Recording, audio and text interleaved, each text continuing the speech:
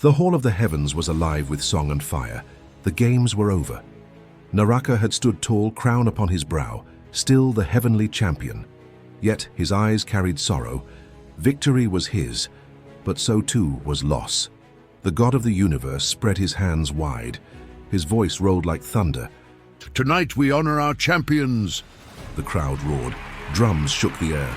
Naraka stepped forward, bowing low. His mane caught the light, his crown gleaming. The gods rose as one. Amarith leaned in, her jeweled eyes fixed on him. She stood, her smile sharp. "You fought well, Lion God," she said, her tone both praise and probe. "Your strength sings louder than the storms of Voryan's world." Voryan shook his head and smiled at his sister. Amarith never missed an opportunity to throw shade. Naraka bowed again, his voice low. "The honor is mine, Radiant One." Voryan came next. Regal in silver and black, his presence was cold as iron. He studied Naraka for a long moment, then inclined his head. "Your form was fierce, your strikes precise. Discipline shines even in chaos." "You have my respect." Naraka bowed his head. "You yourself are a warrior. Fighting before you was truly an honor." Ashira rose last. She moved like starlight, quiet and untouchable. Her voice was soft, yet it silenced the hall. "You fight not only with claws and blade, but with heart. That is rare." Naraka lowered himself, humbled. The hall thundered with applause. You are watching the Tales of the Savannah. Subscribe and be part of the tribe. Now let's get back to the story. Then the hunter goddess stepped. She carried herself with grace, though her wounds were fresh. She bowed deeply before the gods. "My lords, my ladies, I thank you for gracing us with your presence." Amarith's smile widened, and she clapped her hands. Ah, the fierce huntress. A goddess who does not shrink before serpents or lions is rare indeed. The heavens will remember your name. Ashira spoke next, her words soft, like silver bells. "Your grace under blood and fire was beautiful. You are a true shining example of resilience." Then Voryan rose, his movements precise, measured. His eyes swept her, cold but not unkind. "Strength without order is chaos. Yet you made chaos bend. That is worth respect." The hunter goddess bowed again, her lips trembling with a smile she could not hide. The god of the universe watched, chest swelling with pride. Everyone cheered. When they withdrew, the four great ones remained. The god of the universe leaned back on his throne, smug satisfaction on his face. He had shown his family a spectacle worthy of gods. But Amarith's eyes glinted.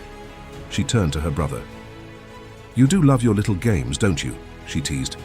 "But tell me, why keep them so small? Why not make them grand? Why not Galaxy Games?" The words hung heavy. "Galaxy Games?" The god of the universe leaned forward, eyes bright. "Yes," Amarith purred. "You have your champion here, Naraka. I have mine as well, and I know our brother Voryan hides a warrior in his little world of order." She tilted her head, smirking. "Shall we not test them? Shall we not see whose star shines brightest?" The god of the universe grinned wide. This was the kind of challenge that made his blood burn. Voryan's lips curved faintly. He gestured toward Naraka, then the hunter goddess.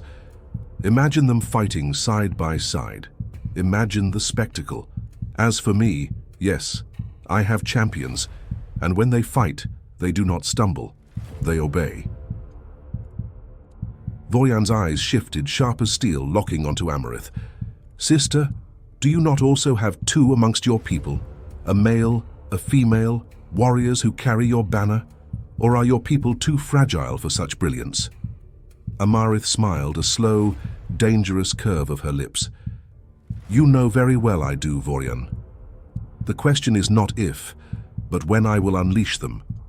And then Voryan turned, his stare falling on Ashira. "And you, apple of my brother's eye, will you stand apart, or will you join this Celestial match. Ashira leaned with quiet grace. She did not rush to answer, letting the silence build. Then, softly, "Do not mistake my stillness for refusal. I have my own warrior, and when they fight, even you, Voryan, will hold your breath." Voryan let out a loud laugh. Ashira smiled. The god of the universe slapped his armrest, laughter booming. Then it is settled. We will have games worthy of the galaxies themselves, a contest of the gods. The air crackled, Amarith's eyes shone with triumph, Voryan's with calculation, Ashira's with quiet challenge. The god of the universe leaned back, his grin unshaken.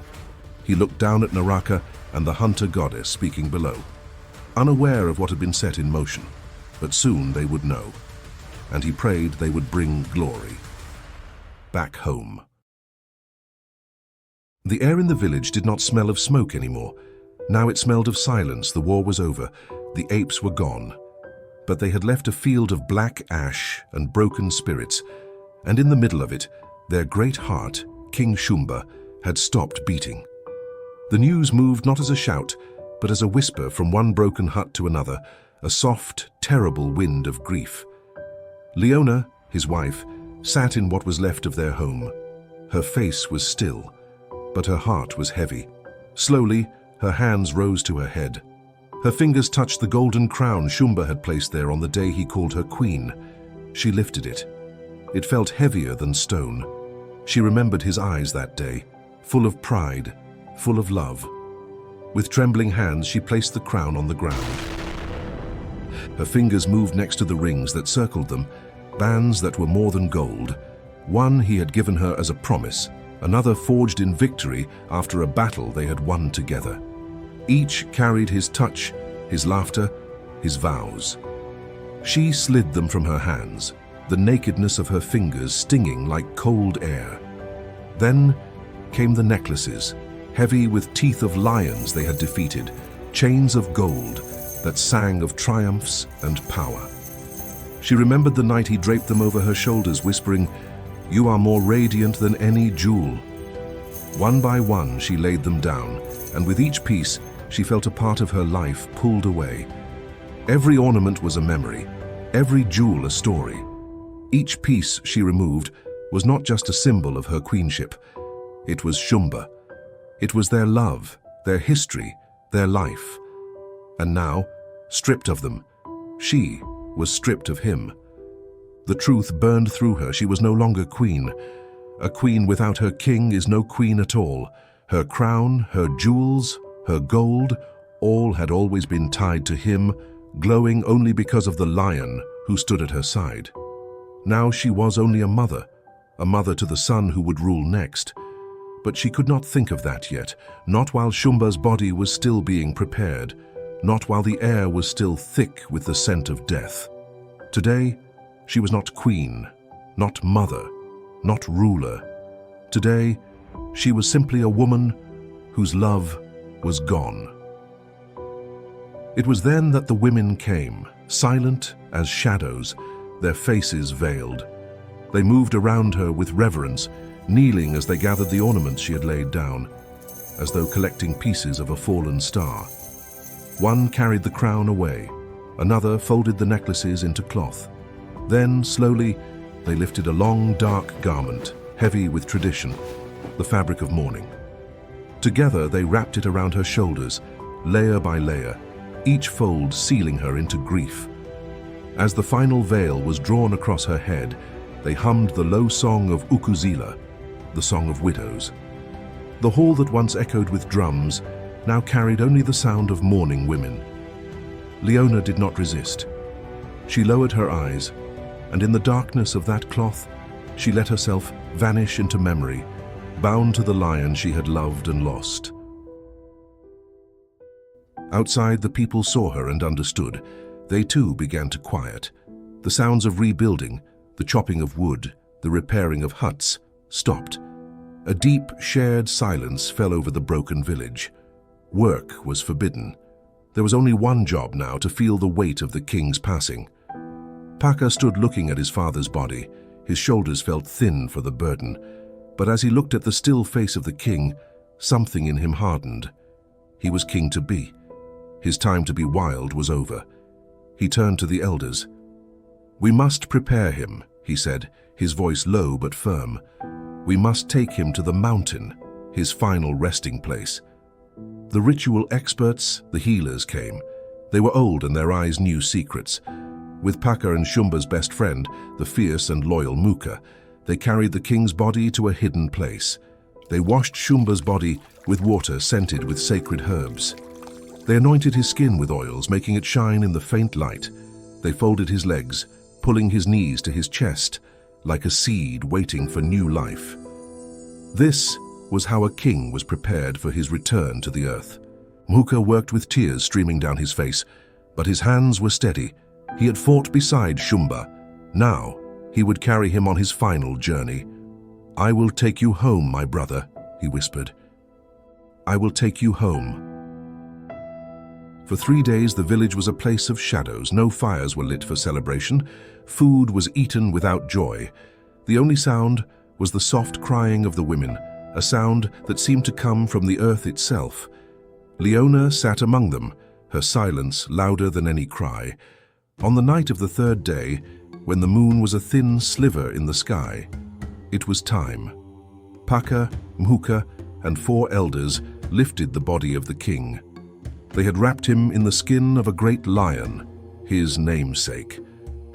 They began to walk away from the village, towards the great dark shape of the mountain of the kings. The villagers did not follow. It was forbidden. This journey was for the chosen few only. The sacred cave was a secret too powerful for all to know. They stayed at the edge of the village, and as the bearers left, they began to hum a low, soft melody. It was a song without words, a sound to guide the king's spirit and protect the men on their perilous path. Paka, Muka, and the elders carried the king into the night. They walked toward the dark wall of trees that guarded the base of the mountain. The forest was old, and it was alive with spirits. At the edge of the trees, the oldest elder stopped them. He raised a calabash gourd filled with thick traditional beer. "We call to the ancestors of this place," his voice rasped, full of respect and fear. "You ancient ones who guard this path. We do not walk here in pride. We come with humility. We bring Shumba, the lion, our king. He is one of your own now. Open the way for him. Do not lead our feet astray. Do not cloud our eyes. Let the path be true. We mean no harm. We come only to bring him home." He tipped the calabash and poured the beer onto the roots of the oldest tree.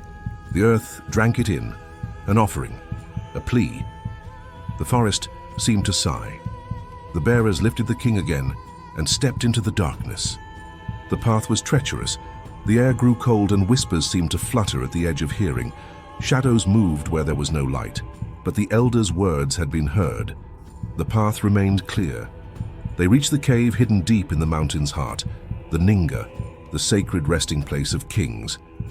The entrance was a dark mouth in the rock. The elder poured the last of the beer onto the stone threshold. "Great Shumba," he said, and his voice broke, thick with tears. "Your journey in the sun is ended. Your people loved you. We watched you lead us. We watched you fall. We now return you to the earth that bore you. Go now. Walk with the ancestors. Sit with the founders of our line. Watch over us from the starlight. Do not forget us. We will never forget you." One by one, they bent low and entered the cave. Inside it was cold and still. The air was old. In the faint light of their lamp, Paka saw them, the silent forms of past kings, seated in a circle, wrapped in skins and time. And there, a space next to his father, empty, waiting. A cold understanding washed over Paka. "One day, this will be my place, sir." They placed Shumba carefully in his space, seating him to face the east, where the sun would rise. They laid his spear in his lap. The others stepped back outside to give Paka a moment alone with his father in the dark. Paka knelt. He placed his hand on his father's cold shoulder, the lion's rough pelt under his fingers. I am afraid, Father, he whispered into the stillness. He choked on the word. It echoed off the walls. Father, I thought I would have more time with you. More time to ask, to understand you, to be angry with you, to forgive you, to tell you, I love you.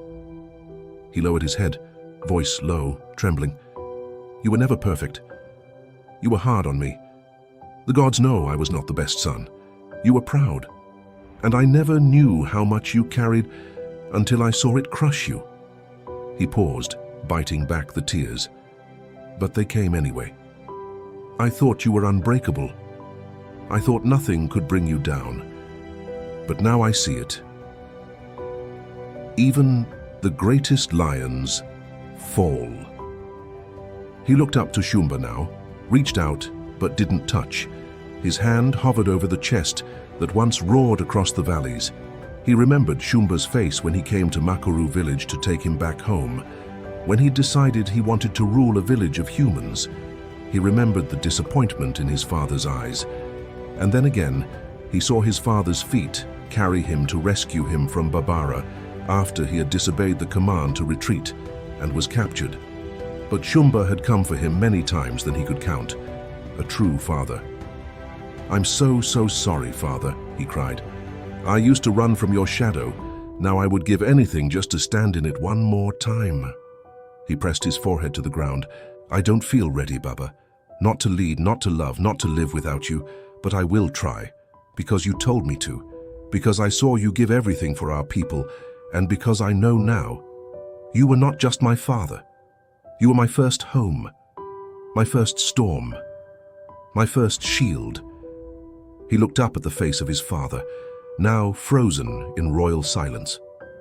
Sleep well, Father. I will carry your name. I will carry your crown. And I will carry your roar. I will try to make you proud, I promise. The fire dimmed. A wind passed through the cave. No door had opened. Paka looked up slowly. He whispered, Tell the ancestors I heard them. Tell them when my time comes, I will take my seat beside you. He stood. He did not look back. The Cave of Kings was sealed. The journey back was made in total silence, each man alone with his grief and his thoughts. The village was waiting for them, the people's humming finally ceasing when they saw the bearers return without the king. They knew he was home, and now the long healing could begin. Fiakina and Chipo walked slowly through the village path. Their clothes were dusty, their eyes heavy. Then a sharp voice broke the silence. Akina, Zanele. She was in her crisp white church uniform, a royal blue sash across her shoulder, a Bible clutched in hand. She stopped in her tracks, blinking at the sight of Akina. Akina smiled, but Zanele took a step back. Are you okay? Akina asked, tilting her head. Zanele nodded quickly. Yes, I have to go. Her words stumbled, her voice trembled. She turned and walked fast, almost running. Something was wrong. Back at the homestead, Sekai crouched in the bushes, whispering to pebbles, arranging spoons in a perfect circle, and tying string between tree branches like garlands. Today is the big day, she whispered. I, Sekai, am marrying Jabali. You're all invited, even you, little spoon. You're the flower girl. She was barefoot, wearing only an old shawl tied around her like a bridal veil. Her skin was dirty, scraped. Her eyes were glassy. Her hands trembled with excitement. Behind her, Vimbai appeared. Sister Sekai. Sekai turned quickly, grinning. Vimbai. Oh, how lovely. Do you want to be the ring bearer? Jabali and I need one. Vimbai stared, frozen. Where are your clothes, sister? Sekai giggled, like a child caught stealing fruit. Clothes? I don't need clothes today. I'm a bride. My dress is made of light, can't you see it? She twirled, arms wide, her shawl flapping. Are you okay? Vimbai whispered. You're scaring me. Sekai's eyes flashed. Scared? Of a wedding? Don't be ridiculous. The trees are clapping. The birds are singing. Look. She ran to the tree and started clapping with the leaves. They're so happy for me. Oh, Jabali, my Jabali. She stopped. He's coming. I know he is. We're going to dance and kiss, and everyone will cheer. She looked at Vimbai again. Her face shifted. Laughter turned to anger. Why aren't you happy for me? Why are you ruining my wedding day? She lunged forward, trying to grab Vimbai's hand. Vimbai screamed and pulled away. Sekai fell into the dirt, but she smiled. She started singing. Ding dong, Jabali, where are you? I'm waiting. Vimbai didn't wait. She ran. Ran like her life depended on it. Zanele was already walking back home when she saw Vimbai running toward her, eyes wild. Mother! It's Sekai. She's gone mad. She's talking to trees. She thinks she's getting married. Zanele dropped her Bible. The earth beneath her shifted. No, she whispered. No, no, no. She grabbed Vimbai's arm and ran. They burst through the gate, and there, under the tree, was Sekai, wearing a pot on her head like a crown, a scarf tied like a bridal train, spoons lined neatly in rows as if waiting for a meal, stones arranged in the shape of hearts. Her feet were muddy, her lips cracked. She was humming to herself, her hands in the air, swaying side to side. They're playing our song, she whispered. He'll be here soon. Zanele stood still. Her heart broke inside her chest. She wanted to scream, but no sound came. She had seen death, seen pain, seen hunger. But this was her daughter, and her daughter's mind was gone. Zanele rushed forward. Sekai, she cried. Sekai turned. Her eyes lit up. Mama, you're just in time. You're the guest of honor. Zanele moved slowly, tears streaming. Come inside, my child. Sekai frowned. But Jabali will be here any minute. He's wearing his best tunic. He said he loves me. He said... Zanele took her arm gently. Sekai pulled away violently. No! You're trying to ruin it.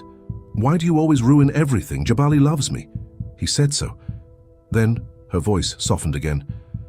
You can't wear white, Mama. That's for the bride. She looked at the trees.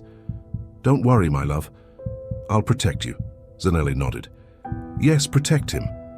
But come inside, child. Please. Sekai screamed, a high, sharp, horrible scream that seemed to tear something in the air.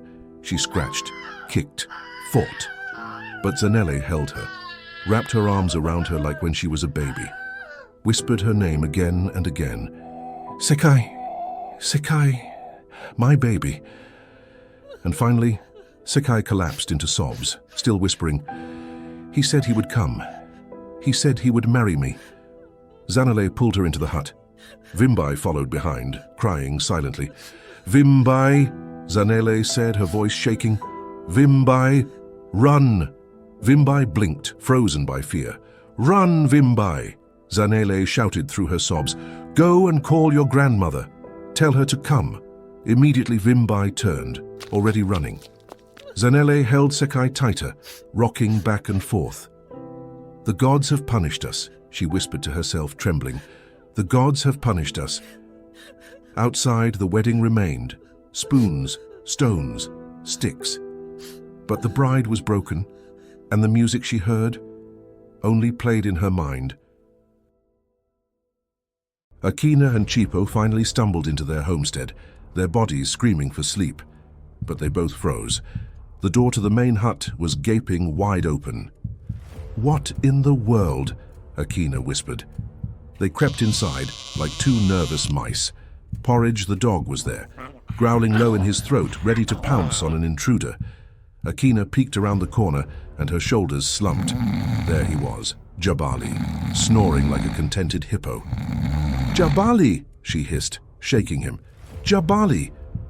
He woke up slowly, blinking like a confused owl. Akina? You're back. Thank the gods. He looked genuinely relieved. Then his eyes darted to the empty space beside him. A flicker of panic, but it was empty. Thank goodness. Why was the door open, Jabali? Akina asked, exhaustion making her voice flat. The door was open, he mumbled, a little drool on his chin. His whole body felt like it was filled with lead. I didn't notice. Chipo just rolled her eyes so hard it looked painful. I can't. Not today, she announced, and marched off to her room to crash. Today's drama quota was already full. Too tired to talk, Akina just pointed at the bed. Jabali scooted over, and they both fell into a deep, immediate sleep. Later, as they were eating a quiet late lunch, a voice sang out from the yard. A voice everyone knew. "Knock, knock. Is that the smell of my favorite wife's cooking I detect? My stomach led me here." Akina smiled. Jabali groaned. "Oh no. Not him. Not today." In walked Papa Pele, wearing his usual too-big coat, his walking stick tapping like a drumbeat on the floor. His eyes were hidden behind thick, old sunglasses. They all called him Papa Pele, not because it was his real name, but because, as he told it, he once played football with the great Pele himself. He claimed he had dribbled past the legend, right there on dusty village soil. No one believed him, of course, but the story never changed and the nickname stuck. Now, nobody even remembered his real name. He was old, loud, a little lewd and full of charm. No wife, no children he knew of, just gossip, mischief, and stories that walked faster than the wind. He had a wink for every woman and a joke for every man. He was the village's unofficial news anchor, and if you saw him at your gate, it usually meant something big had happened, or was about to. Today he struck a pose in the doorway. "Ah, ladies, if I were 40 years younger, the trouble I would cause in this village," he winked at Akina. "You cause enough trouble already, Papa Pele," Akina laughed. "Sit. You're just in time. I've been away. I'm sure you're bursting with news." "Bring me a cup first," he said. "My throat is dry from carrying all this information." Papa Pele sat down. "Chief, good to see you. Been busy, I hear." Jabali just grunted into his plate, refusing to make eye contact. Engaging Papa Pele was like handing him gossip bait. Akina poured him a cup of sorghum beer and handed him a plate. "Here, soothe your throat. Now, what's the big news this week?" Papa Pele nodded in approval. "This house knows hospitality." Papa Pele took a long, slow gulp, milking the moment for all it was worth. He leaned in, his eyes wide. "Madness," he whispered dramatically. "Madness." Akina leaned in too, hooked. "Madness. A girl." He took another gulp. From her corner, Chipo groaned. "Papa Pele, just say who went mad. My food is getting cold." "Patience, young flower. You didn't even greet me. Where are your manners?" he tutted. "My apologies, Papa Pele," Akina said, shooting Chipo a look. "Tell me." "Who?" "A girl," he repeated, lowering his voice again. "They say she went mad last night. At her lover's house." He paused for effect. "And guess what? The man is a married man." Akina gasped and clutched her chest. "No! You don't say!" Chipo raised an eyebrow. Jabali, who had been pretending not to listen, suddenly froze. His hand stopped halfway to his mouth. Sekai. It had to be. Jabali cleared his throat, his voice a little shaky. "Papa Pele, this gossip. It's beneath you. Leave him, Jabali," Akina scolded. "This is good. Tell us more. Who is the girl?" "Before the name," Papa Pele said, holding up a bony finger. "They say in her madness, only one name was on her lips. She just kept screaming it over and over. That was it for Jabali." He shot up from his seat, grabbed Papa Pele by his skinny arm, and started hauling him towards the door. "Jabali! What are you doing?" Akina cried, startled. "A word, Papa Pele, outside now." Papa Pele was surprisingly strong. "Unhand me, you brute," Papa Pele squawked, his legs kicking uselessly. "I am your elder. Your father was my junior. This is disrespect. I did boxing in my youth. I warn you, if you touch me again, I'll curse your cows." Chipo ran outside, howling with laughter. "Yes, Papa Pele, teach him a lesson. Show him your boxing skills." Porridge started barking circles around them, tail wagging, thinking it was a fantastic new game. Akina started laughing too. It was all so utterly ridiculous. Jabali, the strong chief, manhandling the village's favorite old gossip. who was now throwing pretend punches at the air. "Fight me, Jabali. You want to silence the truth. You will have to kill me first," Papa Pele yelled, his voice cracking. "Yes, teach him to respect his elders." Chipo cheered. Porridge was still barking when Jabali finally dragged the old man a little distance from the homestead. Papa Pele dusted himself off dramatically, as if he had just wrestled with a lion. "You must be mad," he muttered, glaring at Jabali. "Dragging me like a goat for slaughter in front of women? Do you know how that wounds a man's pride?" Jabali didn't have time for this. "Papa Pele, please, just speak plainly. Were you talking about Sekai?" Papa Pele's eyes gleamed with mischief. "Now you want my news? First you disgrace me. Now you want my gossip? You must pay for both." Jabali sighed and pulled out a few crumpled notes. Papa Pele snatched them like a hawk and tucked them into his waistband with satisfaction. "Good," Papa Pele said, licking his lips. "Now I can speak like a free man." Jabali crossed his arms, bracing himself. "Yes, it's Sekai. The whole village is talking. They say she ran out screaming from your house last night, naked as a newborn goat, screaming your name." Jabali's stomach dropped. He felt cold all of a sudden, even though the sun was burning hot above. "And now?" he asked quietly. Papa Pele's face turned serious. "Now she's not right in the head. Talking to dishes, tying string around chickens, telling people she's marrying you, that you're fetching her with a white horse, a chariot of gold, and 10 cows. Jabali covered his face. "Oh no. Oh yes," Papa Pele said. "But the main message is from Zanele, Sekai's mother. She wants to see you." "What? Why?" "Well," Papa Pele said, his tone losing its playfulness for the first time, "the madness is one thing, but now they are saying the girl is pregnant. She says it loud, loud enough for the birds to hear, loud enough for the ancestors to wake from their graves. And she lost her mind right here in your homestead.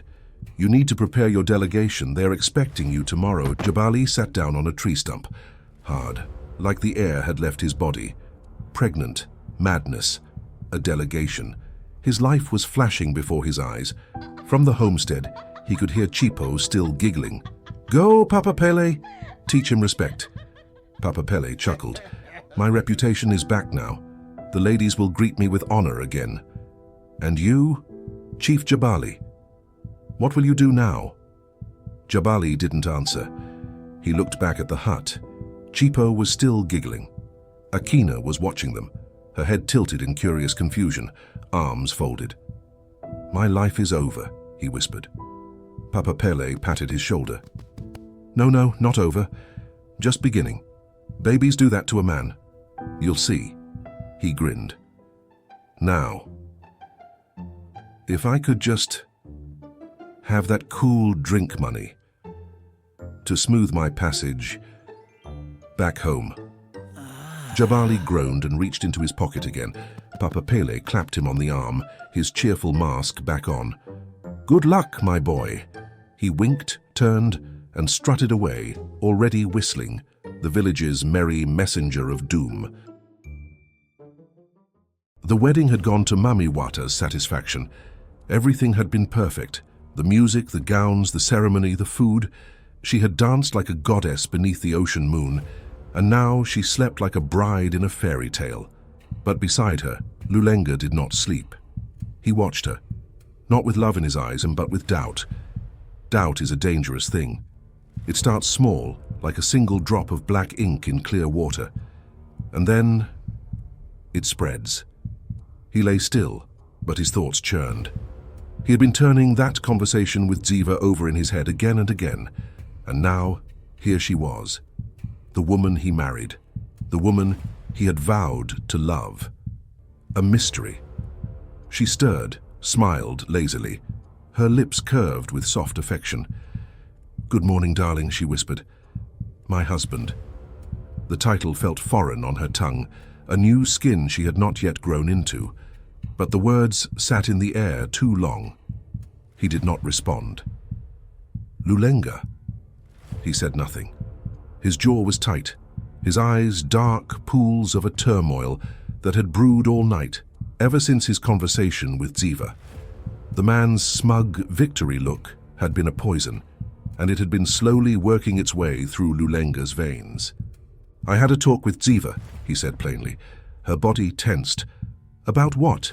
He looked down at her. "About you." "About me?" "About the kind of relationship you two had," he said carefully. His voice was deadly serious, stripped of all newlywed tenderness, and about the things that you used to do. Things that you do not do with me. She pulled the blanket tighter around herself, blinking. "Lulenga, I've told you. I had a past with him. You knew that. Why are we digging it up now?"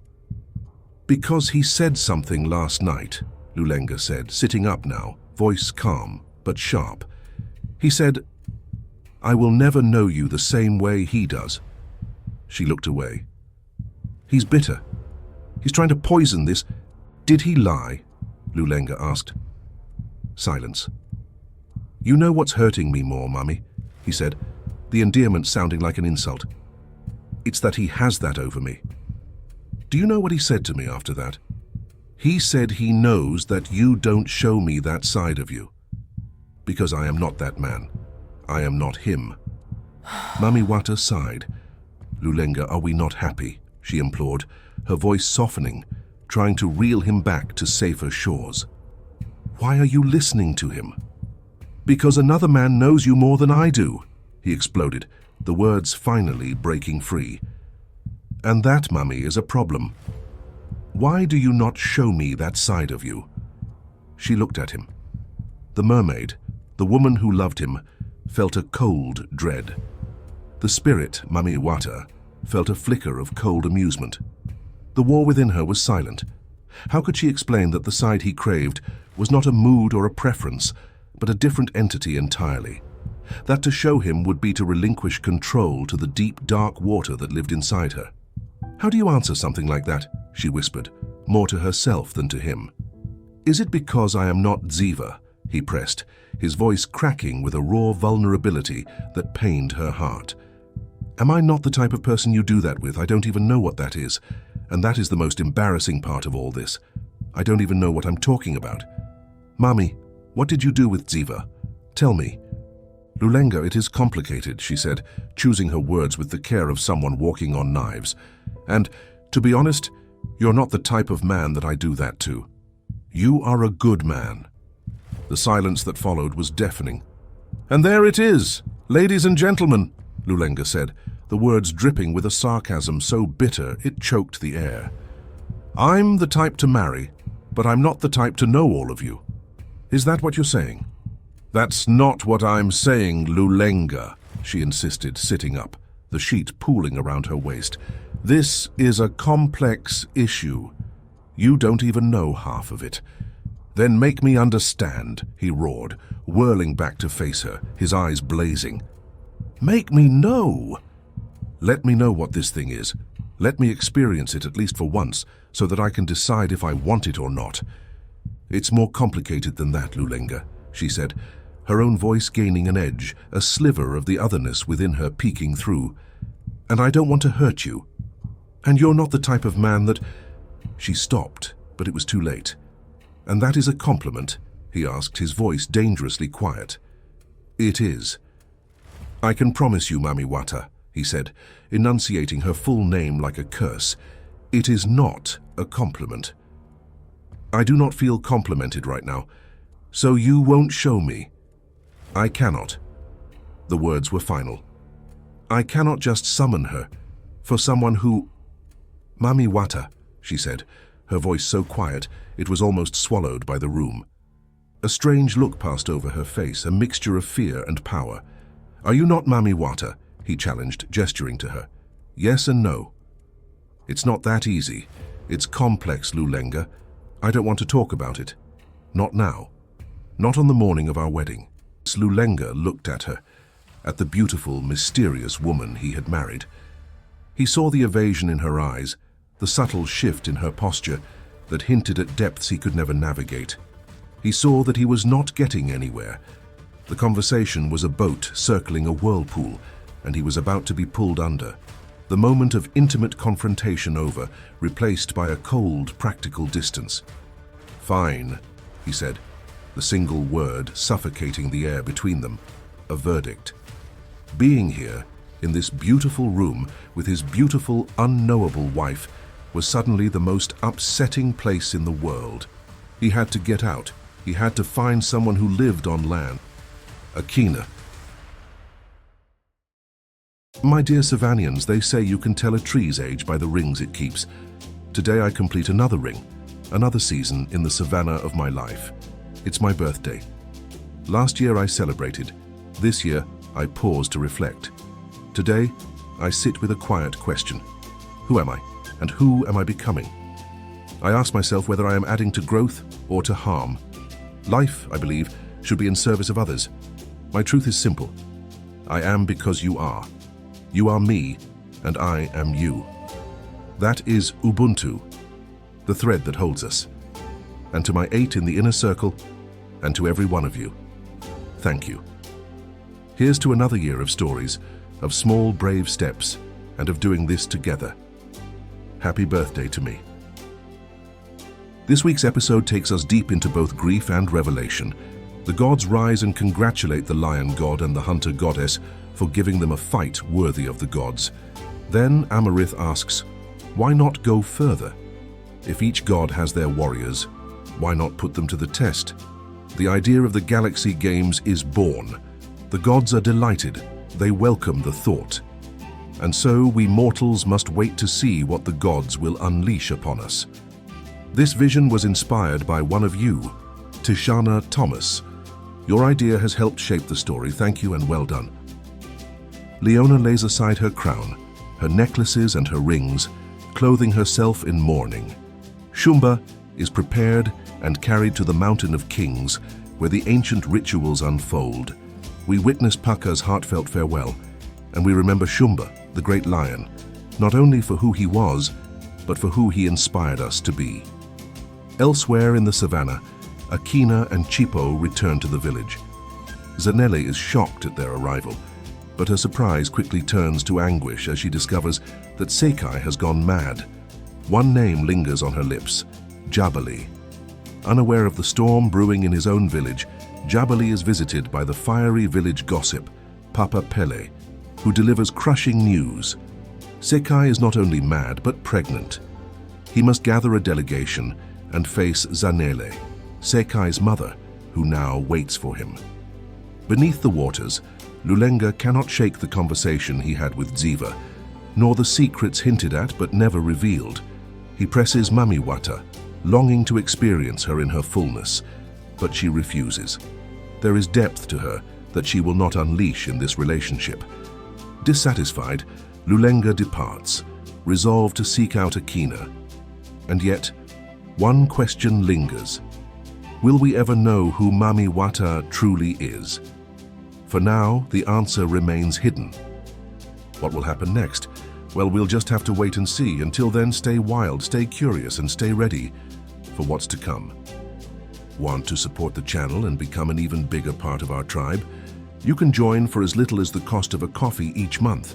Your support helps me continue creating the content you love, but of course, just having you here is already more than enough. Thank you for being part of this journey. To those of you who have already joined the tribe, thank you from the bottom of my heart. You are truly the heartbeat of this channel. And as always, thank you for watching our story, and we hope you enjoyed it. What lessons did you draw from this story? Share your thoughts with us in the comments below. Don't forget to subscribe and be part of the tribe. Thank you for watching The Tales of the Savannah. We will see you next time in the Savannah.